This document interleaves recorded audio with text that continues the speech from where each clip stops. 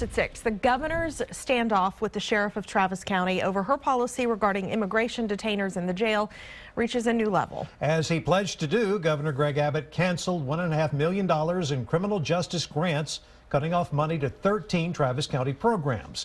But those who operate the programs say they are surprised. Just yesterday, he made Child Protective Services reform a top priority for lawmakers, and they say today's cuts will directly impact children under CPS care. KXAN's Alicia Enns has been digging into this for us today to find out what programs are being impacted. Yeah, and I think it's important to note that these 13 programs have nothing to do with immigration. In fact, that $1.5 million in grants spread across the juvenile justice system, family violence programs, even prostitution prevention. For example, the county's Veterans Court program is going to lose $194,000.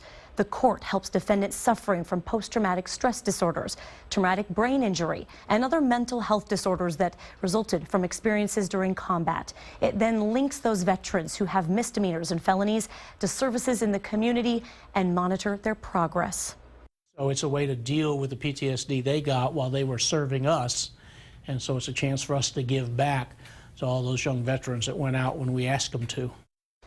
Well, the program helping parents who suffer from substance abuse and are in the child welfare system also getting hit. The Parenting in Recovery Family Drug Treatment Court is losing more than $145,000. The court works to keep the children out of the foster care system and stay with their families while CPS is involved. One of the judges told me the grant money was used to pay for a drug court coordinator. She says without that position, the program's future is in jeopardy.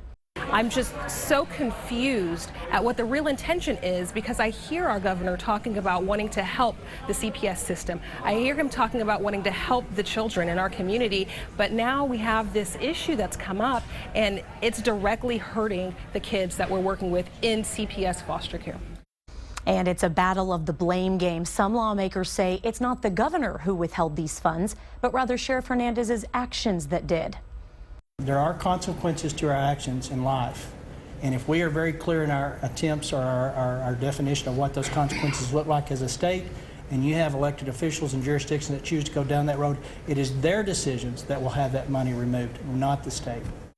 Well, Judge Sarah Eckhart disagrees, calling the governor's actions retribution. Eckhart says none of the grant money comes from or is administered by the Travis County Sheriff's Office.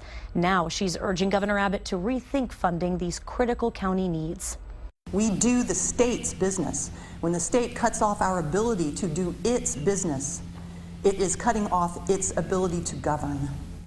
I talked with several of the programs whose funding got cut today. Many of them say the next step, having conversations to figure out if they can keep functioning or if they need to shut down entirely. Right now, it's just too early to tell. Either way, most of them tell me this is a very big hit, Shannon. All right, Alicia, thank you. And we knew it would not take long. There is already a GoFundMe page set up to raise the $1.5 million to fund these programs. Now, we can't vouch for him, but we did call the man who set it up. He told us he thought it was unfair and plans to make a Facebook page to raise even more awareness. As Travis County